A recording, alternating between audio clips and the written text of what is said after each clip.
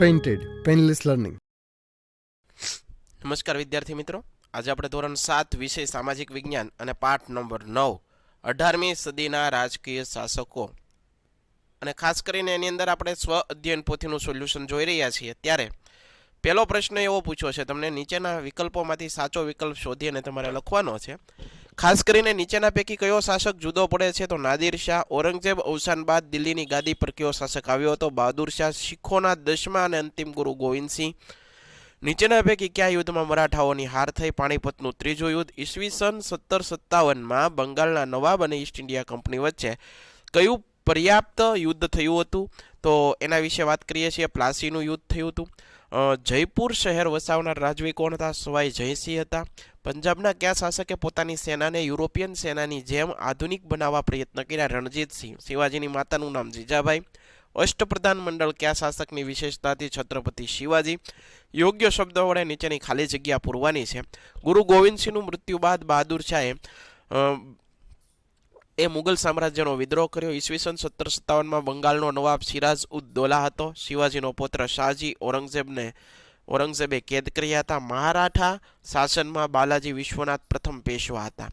મિત્રો, હજી સુધી તમે અમારી પેન્ટેડ એપ્લિકેશન ડાઉનલોડ નથી કરી તો આજે જ ગૂગલ પ્લે સ્ટોર પર જઈને પેન્ટેડ એપ્લિકેશન ડાઉનલોડ કરી લો, જેની અંદર તમને દરેક વિષયના સ્વાધ્યાય પોથી, એકમ કસોટીના સોલ્યુશન, સ્વ અધ્યયન પોથીના સોલ્યુશન, દરેક વિષયની વિષયવાઇઝ PDF ઉપરાંત 9 અને 10ના વિદ્યાર્થીઓ માટે ખાસ લાઈવ વિડીયો લેક્ચર્સની પણ સુવિધા છે.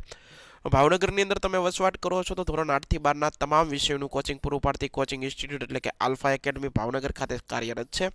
તમે એમાં જોડાઈ શકો, એનો સંપર્ક કરી શકો. યુટ્યુબની અંદર તમારે અમારા વિડીયો જોવા હોય તો અમારી યુટ્યુબ ચેનલ છે પેન્ટેડ યુટ્યુબ ચેનલ. હજી સુધી સબસ્ક્રાઇબ નથી કરી તો સબસ્ક્રાઇબ કરો. ખાસ કરીને તમારી જેવા મિત્રો સુધી શેર કરો, એને લાઇક કરો, વિડીયોને લાઇક કરો. બરોબર, આગળ વધીએ આપણે. Robert Clive. તો રોબર્ટ ક્લાઇવ હતો, એણે શું કર્યું હતું? પ્લાસીના યુદ્ધમાં વિજય. સવાઈ જયસિંહ છે, એને શું કર્યું? આધુનિક વેધશાળાઓનું નિર્માણ કરાયું હતું.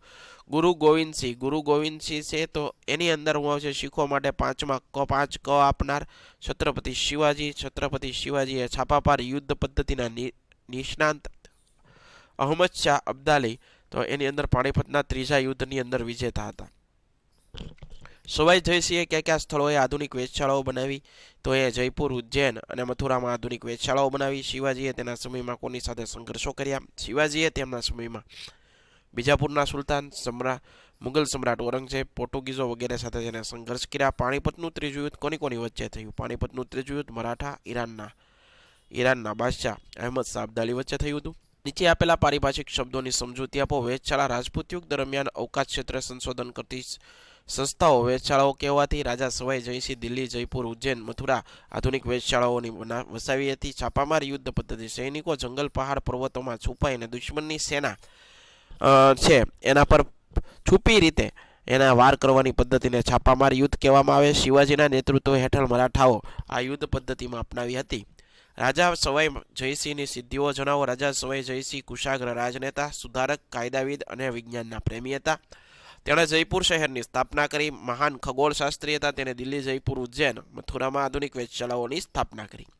પંજાબ કેસરી રણજીતસિંહની યુદ્ધ નીતિ વિશે નોંધ લખો. રણજીતસિંહ શીખ સામ્રાજ્ય મહાન શાસક હતા. તેને લાહોર, અમૃતસર, કાશ્મીર, પેશાવર, મુલતાન વિજય મેળવી શીખ સામ્રાજ્યનો ખૂબ જ વિસ્તાર કર્યો. તેણે તેમના લશ્કર યુરોપિયન સેનાપતિઓ અને સૈનિકોની નિમણૂક કરી હતી.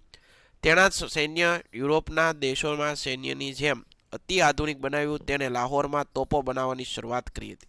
પેશવા બાજીરાવ પ્રથમની સિદ્ધિઓ. પેશવા બાજીરાવ પ્રથમ પ્રબળ યોદ્ધા, ચતુર રાજનીતિક, નિડર, હોશિયાર, મહત્વાકાંક્ષી હતો. તેણે અનેક મુગલ પ્રદેશો જીતી અને મરાઠા સામ્રાજ્યનો વિસ્તાર કર્યો. તેને માળવા, ગુજરાત, બુંદેલખંડ જીતી લીધા. તેણે હૈદરાબાદના નિઝામને હરાવ્યો. તેને જંજીરાની સીધી હરાવી પાસેથી કેટલાક કિલ્લાઓ મેળવ્યા. આમ પેશવા બાજીરાવ પ્રથમ મહારાષ્ટ્રે એકા મહાન મરાઠા સામ્રાજ્યમાં ફેરવી દીધું. તેણે પોતાની કુનેહથી રાજ્યમાં શાંતિ સલામતી જાળવ્યા. પાણીપતના ત્રીજા યુદ્ધના પરિણામે તેની અસરો જણાવો. પાણીપતનું ત્રીજું યુદ્ધ ઈસવીસન 1761માં થયું.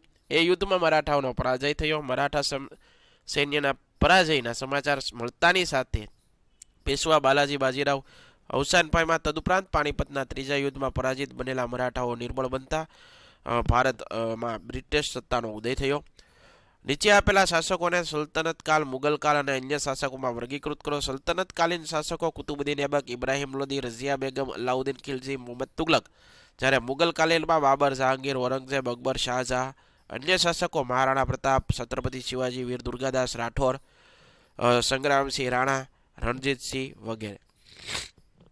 વર્તમાન સમયમાં સરકાર દ્વારા ઉઘરાવાતા કરવેરાની યાદી: પાણી વેરો, મકાન વેરો, જગાત વેરો, શિક્ષણ વેરો, જમીન વેરો, વીજળી વેરો અને રસ્તા વેરો. આશા રાખું મિત્રો આ સોલ્યુશન ગમ્યું હોય છે. ફરીવાર નવા વિડીયો સાથે મળશું. ત્યાં સુધી જય હિન્દ, જય ભારત, ધન્યવાદ. Painted Painless Learning.